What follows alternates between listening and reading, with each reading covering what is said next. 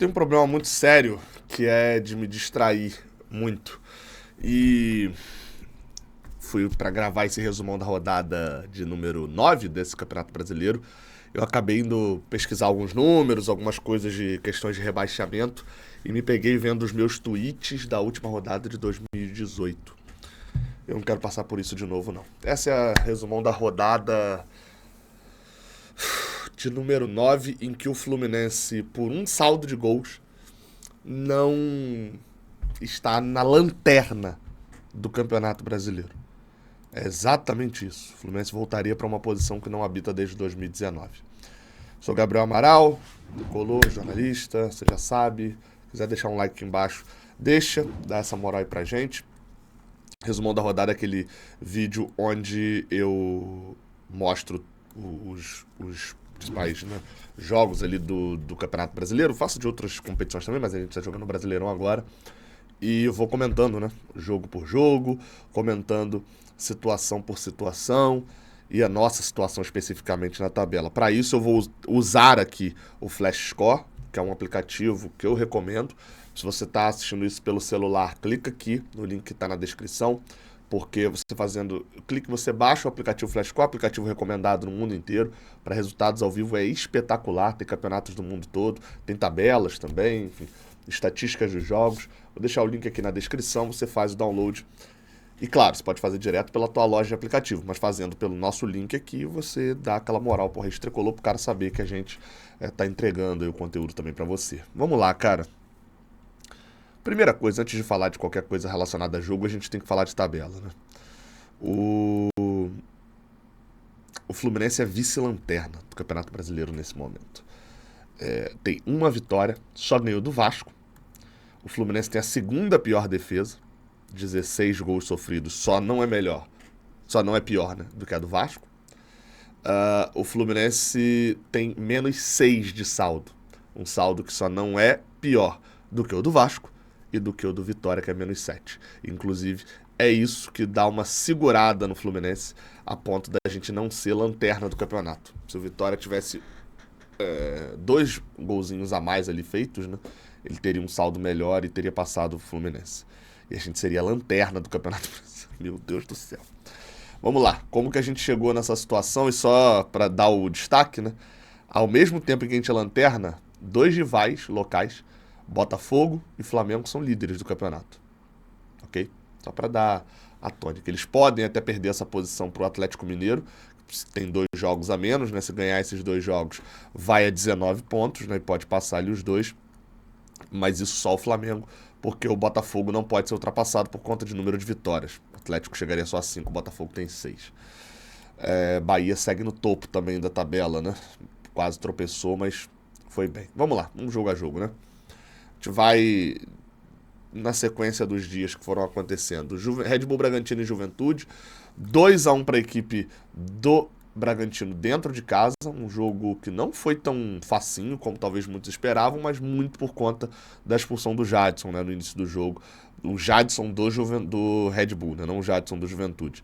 O Red Bull já ganhava por 1-0 o gol da Elinho, o Juventude ficou com 1 a mais, o Mandaca empatou ainda no primeiro tempo, mas na reta final Elinho fez o gol, até um rebote ali, e depois do jogo o treinador do Red Bull foi expulso também, o Pedro Caixinha.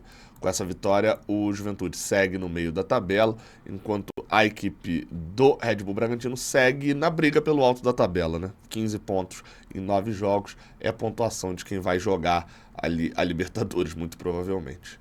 Fluminense 1, Atlético Goianiense 2. Já eu vou botar aqui um mapa, um dado. Eu cheguei a lançar um vídeo nesse domingo com um dado parecido, mas agora um dado mais ampliado sobre pontuação do Fluminense atual no Campeonato Brasileiro.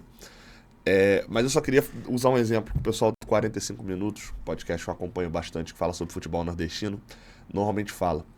Esse tipo de jogo, com todo respeito ao Atlético Goianiense, tá? E com todo respeito ao Juventude também, que tinha sido o nosso jogo anterior no Maracanã. Esse tipo de jogo é o jogo conta de luz. Por quê? Qual é a lógica do jogo conta de luz? Se você tem dinheiro, mas seu dinheiro não vai dar para você pagar suas contas todas do mês, fatura de cartão, prestação do carro. A conta que você não deixa de pagar é a conta de luz. É a conta que você é obrigado a pagar, é a conta de luz.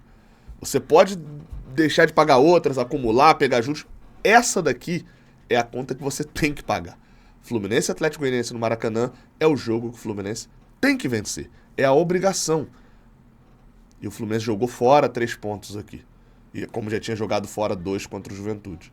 São 5 pontos que não voltam mais. E aí a gente entra no domingo, né? Quando a gente terminou o jogo de sábado, eu virei e falei bem assim, cara, o Fluminense pode acabar terminando essa rodada na lanterna do campeonato. Porque bastaria que o Vitória vencesse por 3 gols de diferença, o Criciúma empatasse ou ganhasse do Bahia e o Cuiabá vencesse o Fortaleza. Pois bem, só faltou o Vitória fazer mais 2 golzinhos no Internacional. Venceu por 2-1, fez a sua primeira vitória no campeonato. O William Oliveira abriu o placar, depois o Wesley empatou para o Internacional, mas o Wagner Leonardo, num gol de pênalti, aos quase 60 minutos, 58 do segundo tempo, fez o segundo e deu a primeira vitória ao Vitória. Com isso, eles empataram em pontos com a gente, mas não passaram no saldo, né? Corinthians de São Paulo 2-2, um jogo animadíssimo ali. O que tá pegando esse Carlos Miguel, meu amigo? O Corinthians deve estar muito puto de perder esse maluco, tá? Lucas Moura abriu o placar, jogo na Neoquímica Arena, Igor Coronado empatou. O Kaká fez outro gol contra. Já tinha feito um gol contra na rodada anterior. Fez outro agora. E o empate do Corinthians também nos acréscimos com o Gustavo Mosquito. Vocês vão ver que os acréscimos foram bem animados, né? No caso, esse acréscimos do primeiro tempo, mas os acréscimos do segundo tempo também bem animados. O Corinthians teve o Caetano expulso 10 minutos depois que entrou, depois de ter tomado amarelo. E no final das contas, o empate não foi tão ruim assim para Corinthians nem para São Paulo. Acho que dentro do que foi o jogo ali, o Corinthians segue fora, né, do Z4. Enfim, precisava ter ganhado um clássico, mas está numa situação onde é melhor não perder, né? Atlético Paranaense e Flamengo, eu tava fazendo live com o Fio e esse era o jogo que tava passando na Globo, eu tava vendo aqui no estúdio. Um jogo extremamente animado e que visivelmente, principalmente no segundo tempo, mas no primeiro tempo também um jogo laicar e tal, que obviamente o placar não reflete o que foi o jogo não. Deixa eu ver aqui nas estatísticas do Flash Score. Eu vou ver, ó.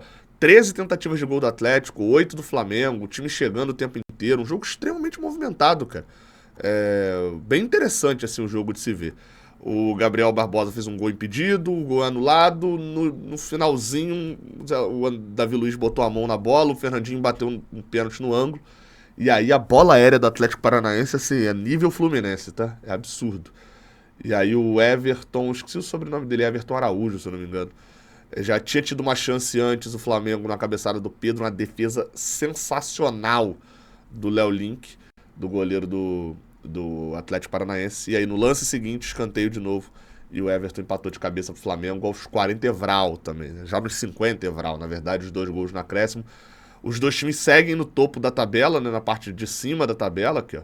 Flamengo perdeu a posição pro Botafogo, né?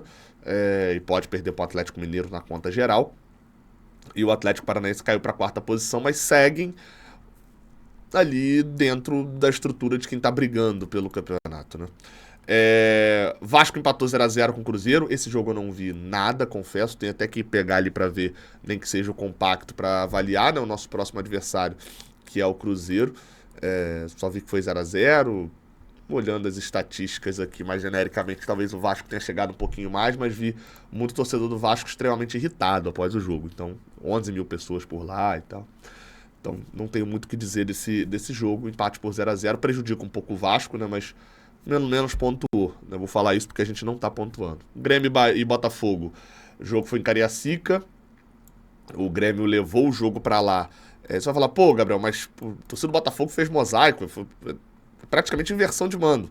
É porque o Grêmio tem feito isso. Ele tenta jogar o mais perto possível da onde ele jogou a partida anterior. E como ele jogou no Rio contra o Flamengo na quinta-feira, ele levou o jogo para Cariacica. Ele não podia jogar no Rio contra o Botafogo, na inversão de mando. Levou para Cariacica. Perdeu por 2-1. O Júnior Santos, por sinal, de novo, né? Fez o segundo gol, o Cuiabano tinha aberto o placar e o Gustavo Nunes já tinha empatado.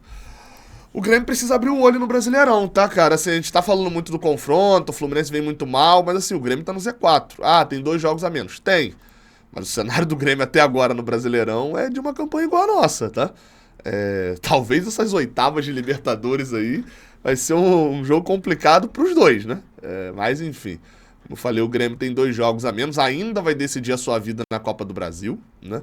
Tem grandes chances de passar pelo Operário de Ponta Grossa, mas né, ainda vai ter o seu segundo jogo de Copa do Brasil ainda. O jogo, pra mim, mais maluco da rodada, Cuiabá e Fortaleza. Esse jogo eu vi um compacto ali dele pra tentar entender o que aconteceu. Entender o que aconteceu com o Fortaleza chegou à 3ª derrota seguida. É um time que tá oscilando pra cacete, tá? Foi campeão da Copa do Nordeste, mas aí que foi muito mal no Cearense, perdendo a final pro Ceará. Já tinha ido mal na Copa do Nordeste também. É um time que oscila muito, assim, em relação ao Vojvoda. E né, desligou completamente no início do jogo. Falhas bizarras de um goleiro que tem sido destaque do Fortaleza, que é o João Ricardo. Ainda perde o Matheus Rossetto, bota o Renato Kaiser, que é expulso por empurrar o treinador do Cuiabá, o Petit, né? Tomando 3-0, assim, podia que cabia mais até antes. Aí o Brites também chega reclamando para arrumar confusão. No final das contas, o Fortaleza já com 2 a menos contra o Cuiabá e tomando 3-0, tomou o 4º do Pita e o 5º do Fernando Sobral cobrando pênalti. Cabia até mais em cima do Fortaleza, assim. E o Cuiabá é um dos times pra gente ficar de olho, cara. Porque eu até salvei aqui, ó. O Cuiabá, você vai falar, pô, assusta, né? Assusta o fato de que o Cuiabá tenha feito 10 gols nos últimos 3 jogos. Na verdade, ele fez 11 gols nos últimos 3 jogos, né? Só que ele perdeu por 2-1 pro Cruzeiro. Só que é aquelas análises de tabela que às vezes eu faço, ó. Eu falo. Olha só a tabela do Cuiabá. Ele estreia no Brasileirão, ele pega Atlético Paranaense fora, o Grêmio fora de casa. O Grêmio antes dos desastres e tal no Sul. Aí ele pega Atlético Mineiro e Palmeiras.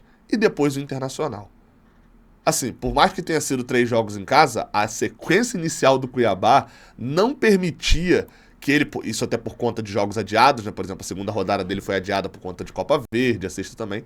Mas assim, a sequência inicial do Cuiabá não permitia ele ganhar nenhum desses 5 jogos aqui. Não é nenhum absurdo essas 5 derrotas do Cuiabá pensando em brigar contra o Z4. Só que depois ele pega adversários que são mais acessíveis. O Vitória em casa era pra ter ganhado, ele empatou, perdeu 2 pontos aqui. Mas vai fora contra o Criciúma, aí dá pra ele ganhar. Fez uma quantidade a mais do que o normal, a mesma coisa contra o Fortaleza. E tem essa derrota pro Cruzeiro. A ver como vai ser a próxima sequência do Cuiabá, porque ele pega São Paulo, mas depois pega Atlético Goianiense e Corinthians, que são times que estão abaixo dele na rodada, mas assim, no momento. Mas Cuiabá até é daqueles desenhos de tabela que às vezes pode enganar um pouquinho a gente também. Cuiabá, neste momento, tem 7 pontos em 9 jogos, está fora do Z4. E não tem risco de entrar, mesmo se Grêmio e Criciúma ganharem jogos atrasados, né? Porque entraria Vasco e Corinthians. E o último jogo, cara, que é inclusive o time que passou a gente, o Criciúma, né? Com empate. O Criciúma chegou a botar 2-0 no Bahia, fora de casa. No caso, o Bahia estava fora de casa, né? O Criciúma no Heriberto Rios, Marcelo Hermes e Arthur. O Bahia diminuiu com o Everaldo. Veio a expulsão do Gustavo, né? Do Criciúma. E o Caio Alexandre empatou. E o Bahia ainda pressionou um bocadinho ainda para tentar a virada. O Bahia não impressiona mais ninguém. Não dá pra gente chamar de impressionar, surpreender, nada disso. Segue consistente, segue na briga. Eu diria que vai brigar pelo título. Vai estar na briga o Bahia. Eu acho que o Bahia se candidatou muito fortemente a ser um daqueles times que a gente fala, vai pra Libertadores mesmo. Não dá pra cravar nada ainda que tá muito cedo. E já o Criciúma é um time frágil, né? É um time que, assim, caminha mesmo pra um rebaixamento. E a gente tá atrás dele. Assim, os 6 pontos do Fluminense são desesperadores. Pra quem viu o meu último vídeo, vai aqui o meu agradecimento ao Pedro lá do SC Bahia Números e ao Thiago Minhoca, né, que me mandaram esses dados aqui.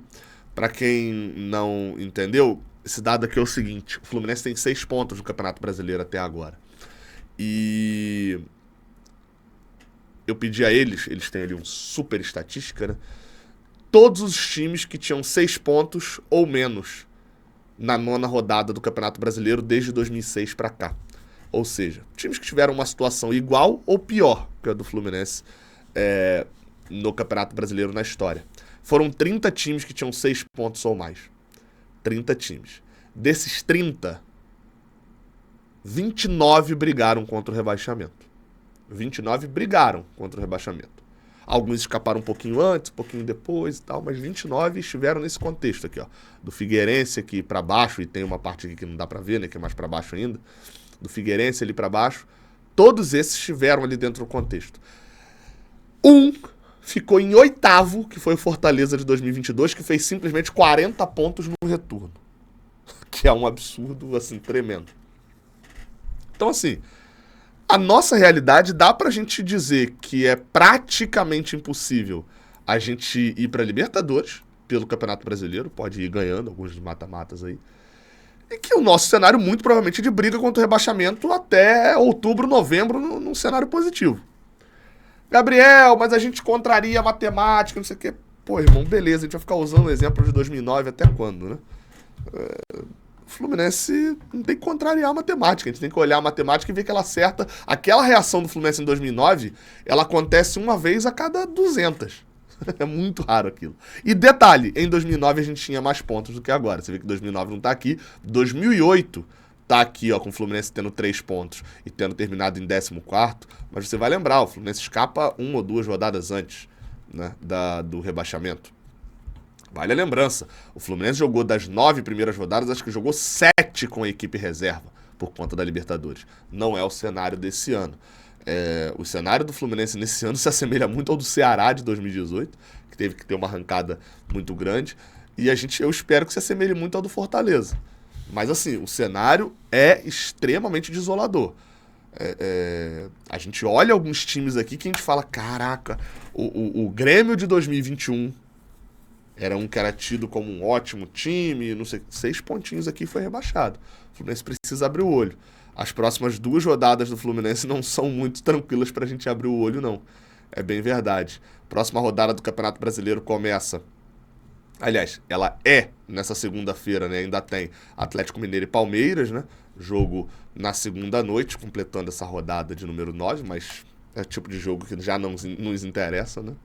E na quarta-feira tem Atlético Goianiense e Criciúma. Um desses dois, ou os dois, vai pontuar. Duelo da parte alta da tabela, né, com Botafogo e Atlético Paranaense. Um Fortaleza e Grêmio que pode complicar muito a vida do Grêmio. E eu tô torcendo, nada contra os amigos gremistas aí, mas eu tô torcendo muito pra vida do Grêmio ficar extremamente complicada e eles chegarem também no jogo da Libertadores contra a gente com a atenção dividida. Enfim, isso aqui a gente tem que ser muito Fortaleza. Juventude e Vasco. Deixa o Juventude embora, né? Bota 3 pontos na conta do Juventude aqui logo. Sampaio e Cuiabá. O Sampaio tem que frear o Cuiabá, não tem boa. A gente tem um Cruzeiro e Fluminense no Mineirão, onde o Cruzeiro tem sido muito freguês do Fluminense recentemente. Mas tá jogando mais bola do que o Fluminense, né? São poucos os times, na verdade, eu diria até que na Série A, neste momento, nenhum. O time joga pior do que o Fluminense, a maioria tá jogando mais do que o Fluminense nesse momento. Então é um jogo de altíssimo risco.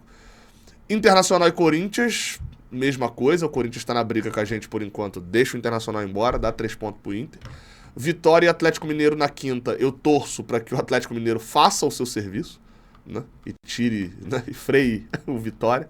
Flamengo e Bahia, eu torço que o Bahia faça o seu serviço, né? Esse aqui não nos interessa só em rivalidade. Duelo também na verdade, o G4 se enfrenta, né? Nessa rodada. O primeiro pega o quarto e o segundo pega o terceiro. E Palmeiras e Red Bull Bragantino também é outro confronto lá da parte alta da tabela. Lembrando que domingo que vem tem simplesmente um Fla-Flu. Se o Diniz passar por essa semana, é porque significa que a gente não perdeu esses 2 jogos, tá? Não esquece de deixar o like aqui embaixo, produzindo conteúdo aqui. Então dá aquela moral. Tamo junto, até a próxima. Valeu.